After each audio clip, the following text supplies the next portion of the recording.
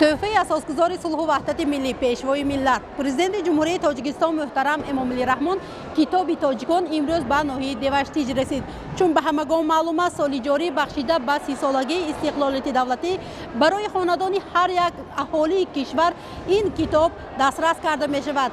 چون میبینید امروز تعداد زیادی کتاب به ناحیه دیوشتیج نیز رسیده آمد و این امکان می‌دهد که هر یک خاندان ناحیه دیوشتیج از تحفه ارزنده پیشوای ملت برخوردار گردند.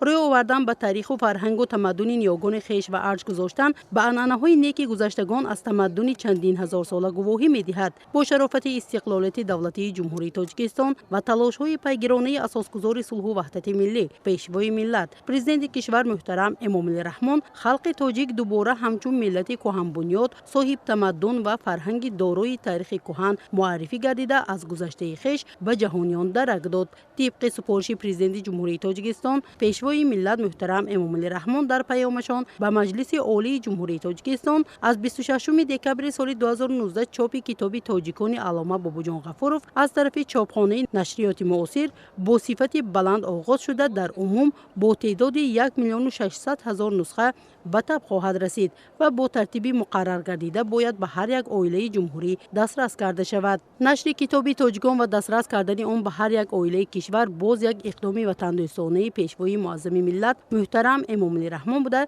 در راه درک خودآگاهی و خودشناسی نورسان و جوانان نقشی باسزا می‌گذارد. ما ساکنان سربلند ناحیه دیوشتیج خوشنود از آن هستیم که امروز به ناحیه ما تحفه پیشوای معظم ملت اساسگذار صلح و وحدت ملی پرزیدنت جمهوری تاجیکستان محترم امامعلی رحمان که در عرفه 30 سالگی استقلالیت جمهوری تاجیکستان تاجیکان می باشد بسیار سربلند و خوشنود هستیم.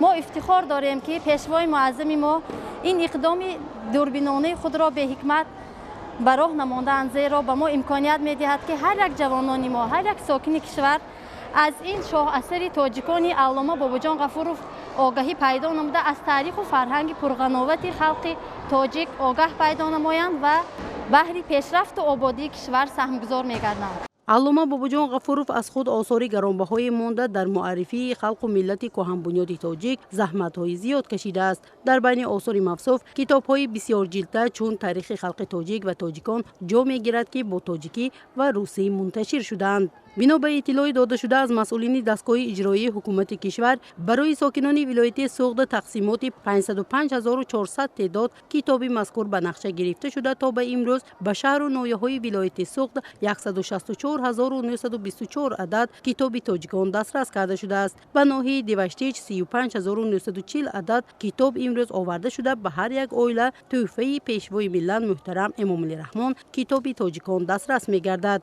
حفظ و رشد فرهنگ ملی با در نظر داشت ذوق نسل‌های امروزه از مهمترین وظیفه‌های ما در زمان معاصر به حساب می رود. کتابداری و کتابخوانی چون در گذشته امروز هم مهمیت خود را گم نکرده بلکه مقام و منزلت کتاب در جامعه باز هم بیشتر می گردد. زیرا متفکران برجسته ادبیات عالم شمول کتاب را انیس کنج تنهایی و فروغ صوفی دانایی معنی داد نموده جامعه را برای بیشتر مطالعه و همنشین با کتاب هدایت نمودند. با امر پیشوای ملت محترم امامعلی رحمان برگزاری آزمون فروغ صوفی دانایی کتاب است برای دریافت چهره‌های نوی سخنور و سخندان مساعدت نمود. پریچهره احمد و از زمره آن خوانندگان است که قابلیت ایجادی خاصه دارد و سال دوم است در آزمون فروغ صوفی دانایی کتاب است در مرحله نهایی یعنی دور جمهوری از ناحیه دیوشتیج کامیاب گردید.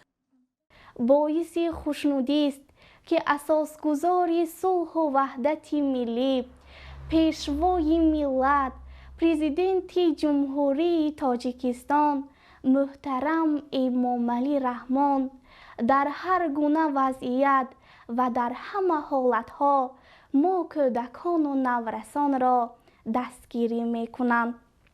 من خیلی خوشبختم که اشتراکچی این آزمون گشتم و از اساسگذار صلح و وحدت ملی پیشوای ملت پرزیدنت جمهوری تاجیکستان محترم امامعلی رحمان سپاسگزارم که چنین اقدام‌های نیک دارند. حالا سال دوم است که من در این آزمون اشتراک نموده ایستادم و می خواهم دانش خود را صیقل داده کتابخانه‌ام را بیشتر گردانم. برای پیشروی هر یک خواننده و از خود کردن اشعار گذشتگان و معاصر کمک پدر و مادر و آموزگاران خیلی مهم است.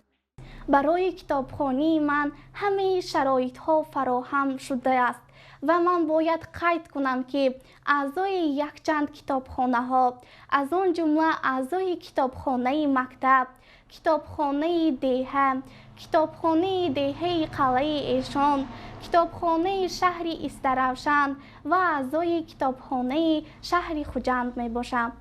برای خواندن و یافتن کتاب‌های من اساساً پدر و مادرم به من یاری می‌رسانند و از هر کجا که باشد کتاب‌های لازمه را به من دسترس می‌کنم. برای پریچهره احمد و از ناحیه دیوشتیج اهل اویلش گوشه مخصوصی کتابخانه را تشکیل کرده دادند که این عمل میتواند قابلیت خوانش و مکمل نمودن دانش این اشتراکچی آزمون جمهوری فروغ صوفی دانای کتاب است را باز هم قوی‌تر و برای رسیدن به مقصدهای نهایی کمک نماید.